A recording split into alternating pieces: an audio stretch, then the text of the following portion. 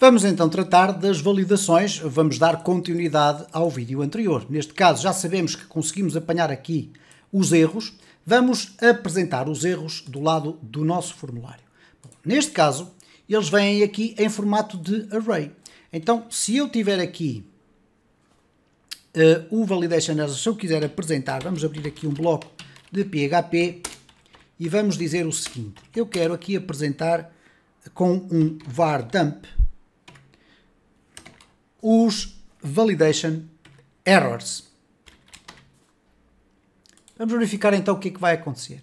Eu estou aqui dentro da aplicação, quer dizer que eu vou ter que abrir aqui as ferramentas do programador e vou ter que no storage, dentro do application, fazer um clear site data. Vamos aqui refrescar. Temos aqui então o nosso quadro de login. Vamos deixar ficar aqui os espaços em branco e quando eu faço aqui login, reparem o que é que aparece. Aparece-me aqui o var dump que tem um array com dois elementos.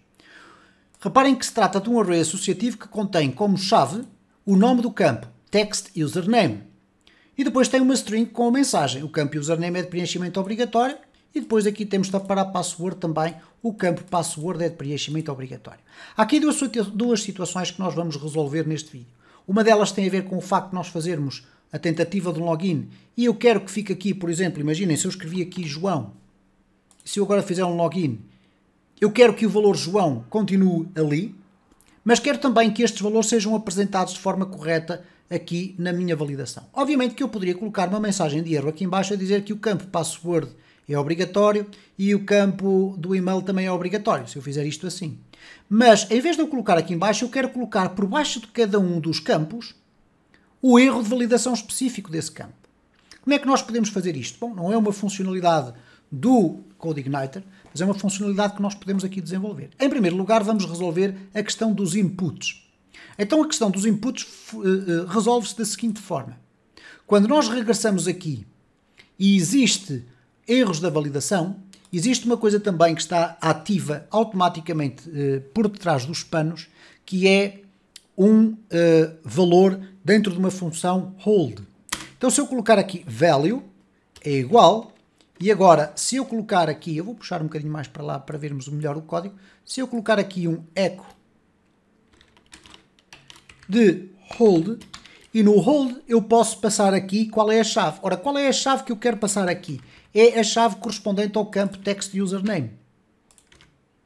Ok? Colocando simplesmente isto, reparem o que é que vai acontecer. Eu vou aqui refrescar tudo isto.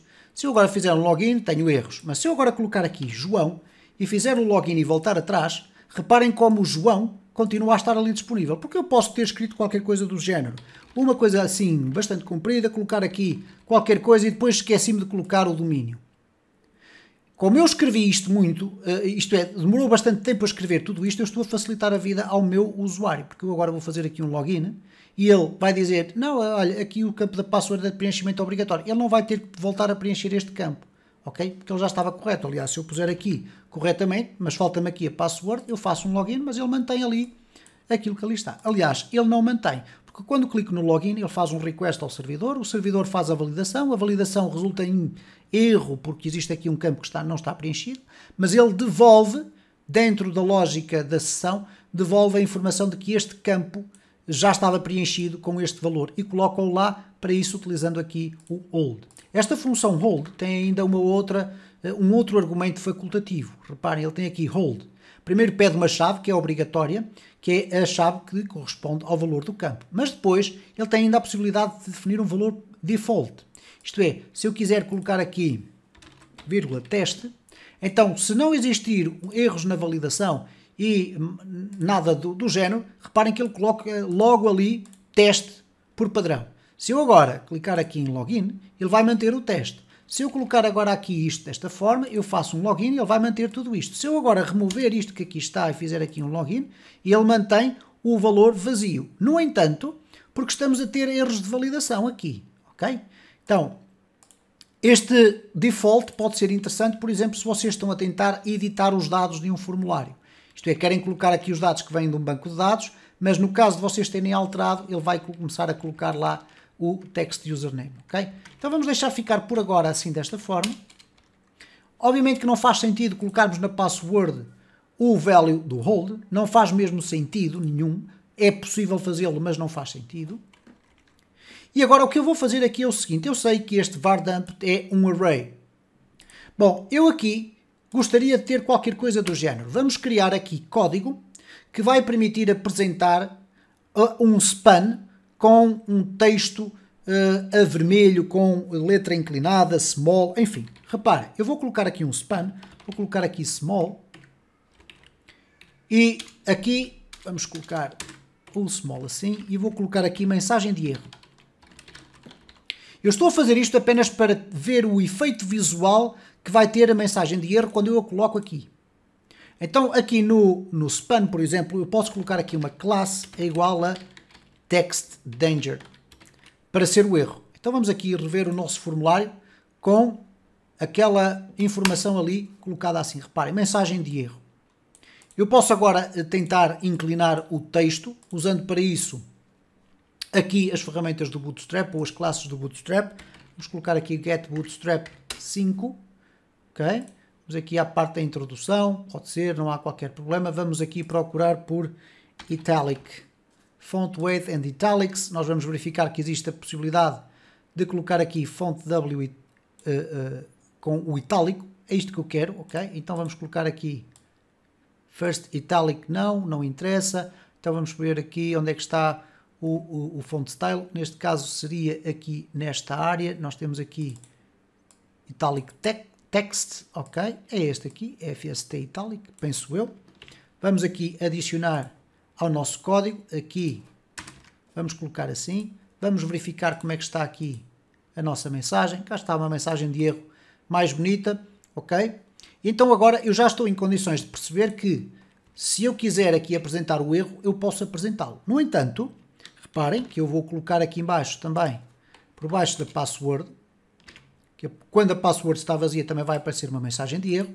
Então agora já vamos ter aqui as duas mensagens de erro, mas para que eu consiga apresentar aqui as mensagens de erro de acordo com cada um dos inputs, eu vou ter que criar uma função para que me devolva os valores corretos para colocar ali. Bom, como é que nós vamos fazer isso? Eu posso fazer aqui isto, eu penso que temos aqui um helper, cá está um app helper. O app helper não tem rigorosamente nada. Vamos criar aqui uma function show form error. Ok, ora, o show form error ou show input error, por exemplo, poderia ser, mas vamos colocar aqui show form errors, pode ser assim. O que é que nós vamos necessitar para esta função? Nós vamos passar para o interior desta função qual é a coleção dos erros que existem e qual é o campo que eu estou a analisar em específico. Isso vai-me permitir perceber o seguinte, eu vou perguntar se existe algum campo na coleção dos erros que esteja lá dentro com uma mensagem de erro e vai-me devolver esse erro para ser apresentado. Repara, isto vai ser muito fácil de perceberes quando vês de implementação. Então eu vou pedir aqui qual é o field e o error collection. Podem-lhes dar o nome que quisermos, não há problema nenhum. Então, qual vai ser o field? O field será qualquer coisa, imaginem, eu vou colocar aqui assim, desta forma, o field será o text username. E a coleção dos erros vai ser aquele array que contém o campo XPTO, precisa de estar preenchido, e depois vai ter da password, se ele existir, o campo XPTO também precisa estar preenchido. Só que isto é um array associativo, que vem aqui com o text username, e vem em baixo, eu vou colocar assim só como pseudocódigo, e vem em baixo com o text password. Então o que é que eu posso fazer aqui? Repara, vou colocar aqui apenas um comentário, returns the error if there is one. Okay? Então eu vou perguntar o seguinte, if key exists, se existe uma chave, qual chave? O field onde dentro do error collections. Então, se existir uma chave com aquele nome do campo dentro do erro das coleções, o que é que ela vai fazer? Vai fazer um return de error collection do field. E ao fazer o retorno disto, o que é que nós vamos poder fazer aqui? Bom, agora vamos aqui ao nosso formulário. Nós temos aqui o show form errors E aqui o que nós vamos fazer é, em vez de apresentarmos tudo isto desta forma, eu posso perguntar, posso simplesmente fazer o seguinte, reparem.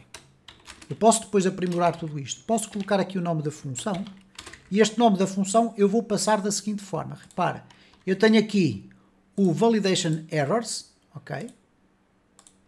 O validation errors, se existir, vai ser passado para ali. Já vamos melhorar isto, não se preocupem. Eu agora vou colocar aqui o seguinte, vou colocar aqui o validation errors, certo? Isto não vai ficar a funcionar ainda bem.